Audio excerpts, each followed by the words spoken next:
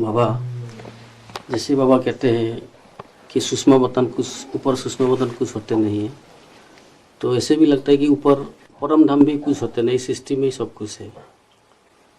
तो एक्चुअल परम धाम क्या है? सवाल ये है, परम धाम कुछ भी नहीं है। तो दुनिया में आत्माओं की संख्या बढ़ रही है या घट रही है? कहां से आ रही? अगर इसी दुनिया की होती तो पहले भी संख्या बढ़ जाती। बीच बीच में आत्माएं आ रही हैं, मनुष्य आत्माएं भी आ रही हैं, पशुओं की आत्माएं भी आ रही हैं, पक्षियों की आत्माएं भी आ रही हैं, कीड़े मकोड़े सब बढ़ रहे हैं या कम हो रहे हैं? कीटाणु बढ़ रहे हैं या कम हो रहे हैं? बढ़ रहे हैं। तो ये कहां से आ रही है? पृथ्वी, इसके आसपास वायुमंडल है, वायुमंडल के आसपास स्पेस है, जिस स्पेस में सूरज चांद सितारे हैं, उस स्पेस के भी पार वो ही परम धाम है। स्पेस में 5 तत्व हैं, पृथ्वी, जलवायु, अग्नि, आकाश।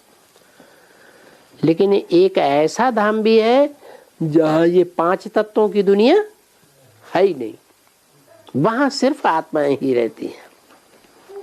ये आत्मा 5 तत्वों से परे है। आत्मा अलग चीज है, 5 तत्वों से बना शरीर अलग चीज है। तो ये जो दुनिया है वो भौतिक दुनिया है, 5 तत्वों वाली। उसमें स्पेस भी आ जाता है। सारी दुनिया का जब विनाश होगा, एटम बम फटेंगे, बड़े बड़े भूकंप आएंगे, तो सब मरेंगे कि कोई रह जाएंगे? हैं? सब मरेंगे। लेकिन जो बाप से राजयोग सीखने वाली आत्माएं हैं, वो राजयोग सीखने वाली आत्माएं, उनकी श्वास प्रश्वास की क्रिया बड़ी धीमी हो जाएगी।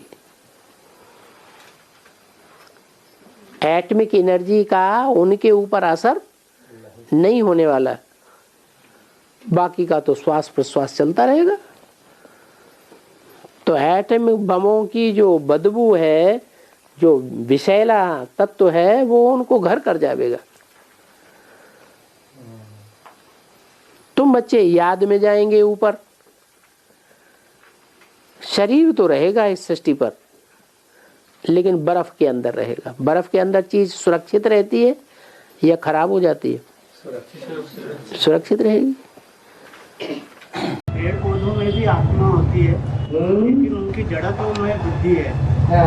तो ये आत्माएं भी सभी अनगिनत आत्माएं हैं, ये सभी भी परम धाम में निवास करती हैं।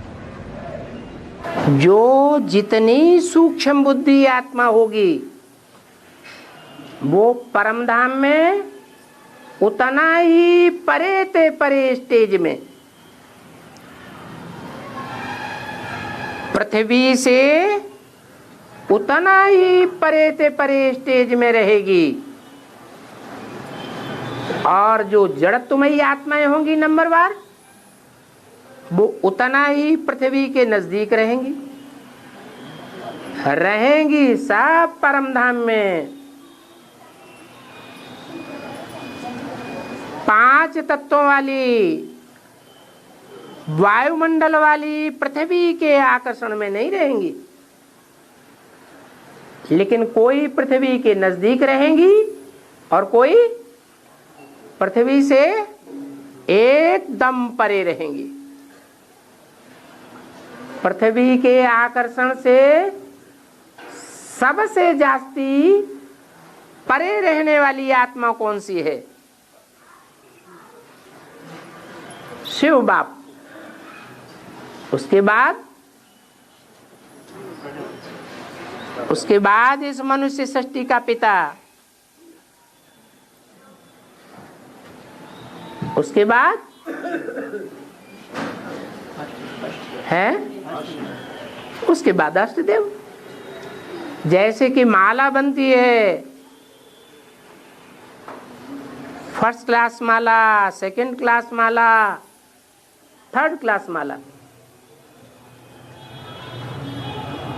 तो बुद्धि योग के हिसाब से माला बनती है या ऐसे ही बन जाती है?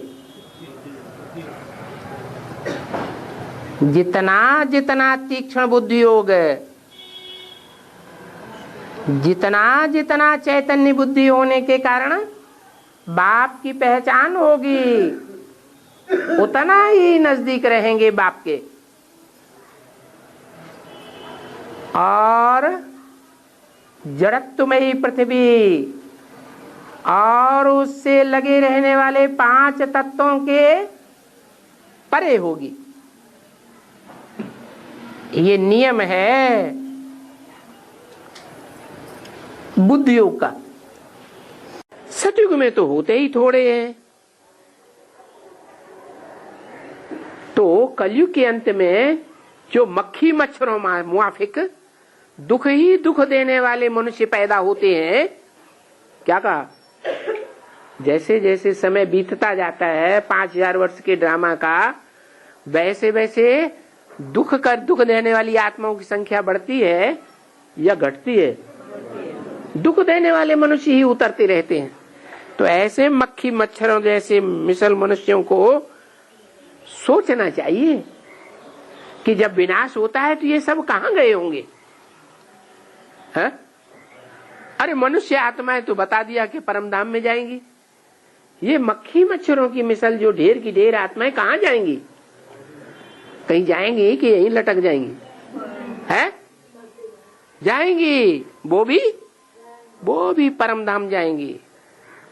जो बुद्धि में ऊंचे स्तर की आत्माएं हैं वो ऊपर ऊपर जाएंगी, और जिनको बुद्धि है ही नहीं, मक्खी मच्छर मिसल है, काटना ही उनका धंधा है, दुख देना ही धंधा है, सोचते ही नहीं कि हम दूसरों को दुख देंगे तो क्या हाल होगा।